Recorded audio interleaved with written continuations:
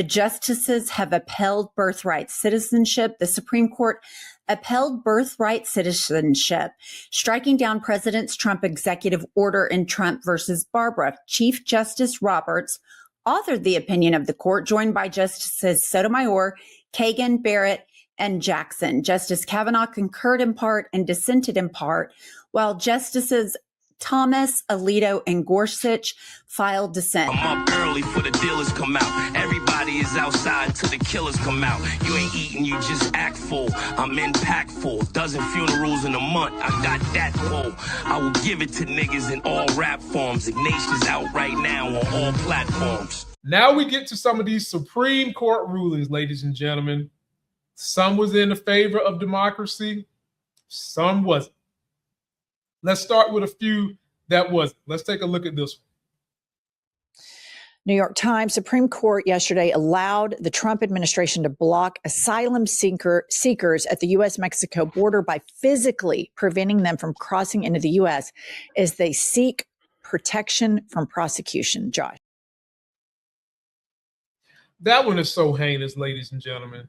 It's so heinous. And what's heinous about it is, as we're seeing that, we're also seeing them let in white Christian nationalists from South Africa under the same guise. What is the difference?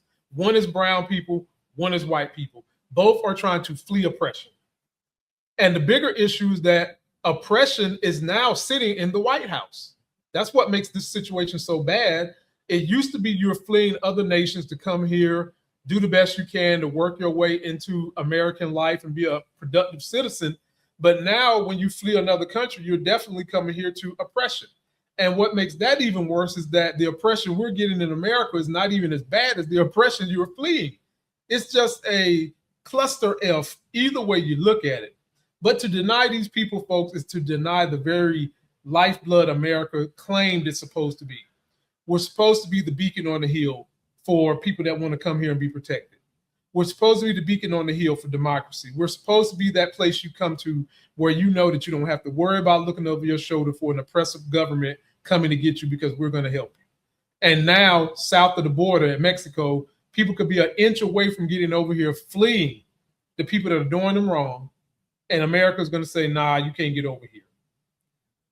It's a sad ruling right now, folks, but that's not going to last long. We'll figure out a way to get around that bull jive. And I go back to how this country started. We took this land from somebody. Don't you ever forget that. We took this land, and for those of you that would say, well, you know, we gave them pieces of their own land back. And I hear that a lot from racist people that tell me to shut up about how Europeans took this land from natives because they gave them, you know, Native American reserves and stuff like that. And they will say that with their chest out. But the minute I say, okay, well, there's another group of people you done wrong and you ain't gave us shit. The slaves, the descendants of slaves, the African Americans, we need reparations. All of a sudden, they get white as Casper the Ghost and they shut the hell up. Let's see what else the Supreme Court did this week, folks. The United States Supreme Court sided with the maker of Roundup, weedkiller, blocking thousands of lawsuits alleging it failed to warn users the product could cause cancer. Josh. This was an opinion by our favorite asshole, Brett Kavanaugh, who we spoke about yesterday with Susan Collins, I believe. The worst part about this case, the part that's mind-blowing, is that the court never even addressed the issue as to whether or not Roundup causes cancer, but rather it dealt with who gets to decide what warning label goes on the product. Now, how insane is that? The EPA granted Roundup's label without a cancer warning, and thus the court said that a state jury can't turn around and punish the company for not adding the proper label, claiming that federal law preempts state law. So think about that. And the result of this ruling will be that 200,000 plus claimants who are sick cannot proceed with the lawsuit against this company. I would dare to say that large corporation capitalism is at stake here. Money's at play here. That's got to be part of the reason. But it's just another setback for common day-to-day people. A lot of these people are sick. They have cancer. Now they have no recourse.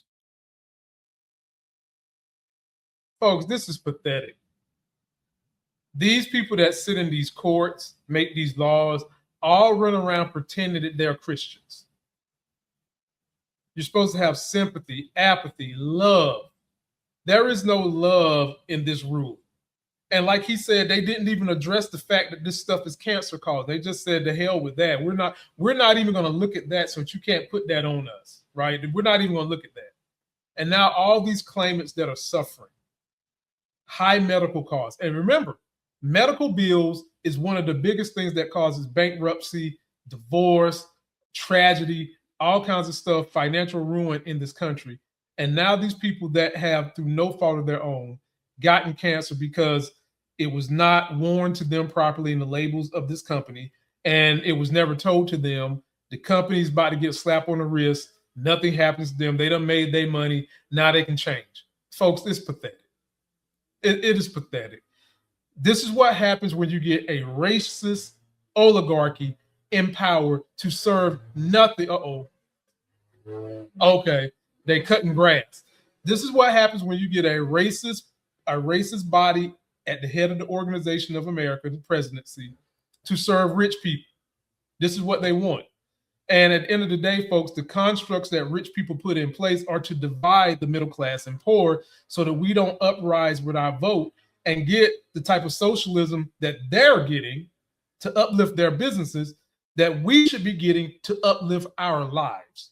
And that's why we've got to find a way to come together. Now, will we ever be able to come together with some of those racist a-holes? No, because they don't want to come together, and that's fine. But we are peeling away some people who are starting to see, you know what? I might not hate black people, but I do hate starving. Okay? We're starting to get some of them. And the more we can come together to get socialism to be for the benefit of us and not corporations, the better we'll be. Here's the final ruling, folks, a good ruling, actually, this time on birthright citizenship that came from the Supreme Court. Take a look at this. The justices have upheld birthright citizenship. The Supreme Court upheld birthright citizenship, striking down President Trump's executive order in Trump versus Barbara. Chief Justice Roberts authored the opinion of the court, joined by Justices Sotomayor, Kagan, Barrett, and Jackson. Justice Kavanaugh concurred in part and dissented in part, while Justices Thomas, Alito, and Gorsuch filed dissents. And basically, what these justices who dissented said, it is okay for a president to come in and by executive order change the Constitution and the law. That's how close we are to losing this democracy in every way. And for those of you who don't follow the Supreme Court because it's normally really boring, Alito and Thomas tell you nonstop, nauseatingly, how they are strict constitutionalists, yet they are willing to take the Constitution, wad it up in a ball, and throw it in the trash can. So let's hear what Trump's unhinged response to this ruling is. Trump says on Live Social, the Supreme Court upheld birthright citizenship, which is too bad for our country. But we can easily make it up in Congress through legislation with the support of the president that has now been determining the process. No long and unwielding constitutional amendment is necessary. Congress should start today to work on ending expensive and unfair to our country birthright citizenship. They will have my complete and total support. And if it's one thing I don't have to worry about is the Republican-controlled House and Senate doing anything to govern. So I'm not worried about this necessarily because they're so ineffective, but just that Trump is so he's so easy just to say, if you're black and brown, fuck you. We don't give a shit about you yet. Exactly. If you're black and brown, go in the ground to hell is what Trump be saying. And before I get on my rant, let me just shout out everyone who's watching me today. Thank you for everyone. Someone is watching from Nova Scotia. I appreciate you. And whenever you watch the shorts I upload, always go to the video description so that you can see the original creator and give them some love, give them some support. My size on YouTube has allowed for me to repost some of their content and help them get some generation going and their wheels spinning And you can also look at the top pinned comment for their links as well. And just thank you all for showing up. I think I'm going to start trying to do my show 3 p.m. a couple of times a week, because that's kind of in between lunch. It's before the nighttime folks get going, kind of keep you guys entertained. But birthright citizenship, ladies and gentlemen, since I do have an audience that goes outside of America, I think it's great that we go ahead and first understand, why did we have birthright citizenship in the first place? For those that don't know, because they oftentimes don't teach it, what every amendment was put in place for in school. So let's take a look at it. After slavery, America wanted to make sure formerly enslaved people were recognized as full U.S. citizens. The 14th Amendment says that people born in the United States are citizens. It was created so that states could not deny citizenship based on race or family background. The goal was to stop discrimination and make citizenship a constitutional right, not something politicians could easily take away. And that is still the meaning of it to this day, folks. You get to this country, you deliver a baby, that baby's a citizen because you was born on this soil. End of story. Cut and dry. And that ruling was 5-4, folks. That's too close. There is no, gerrymandering, mental word salad gymnastics you can do in your brain to go against what is on paper.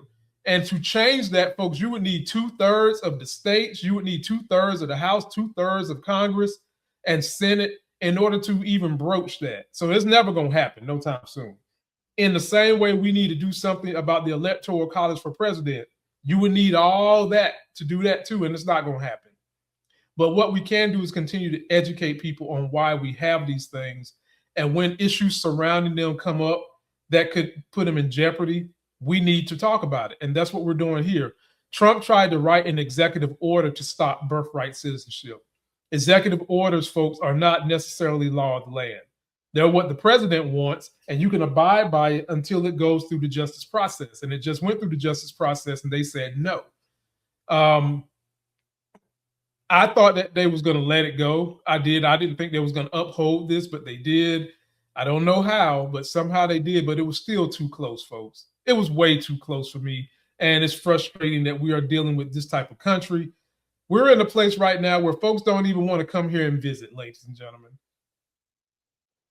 because of what we have in leadership. So post your comments. Let me know what you think about the birthright citizenship. I'm up early for the dealers come out. Everybody is outside till the killers come out. You ain't eating, you just act full. I'm impactful. Dozen funerals in a month. I got that pull.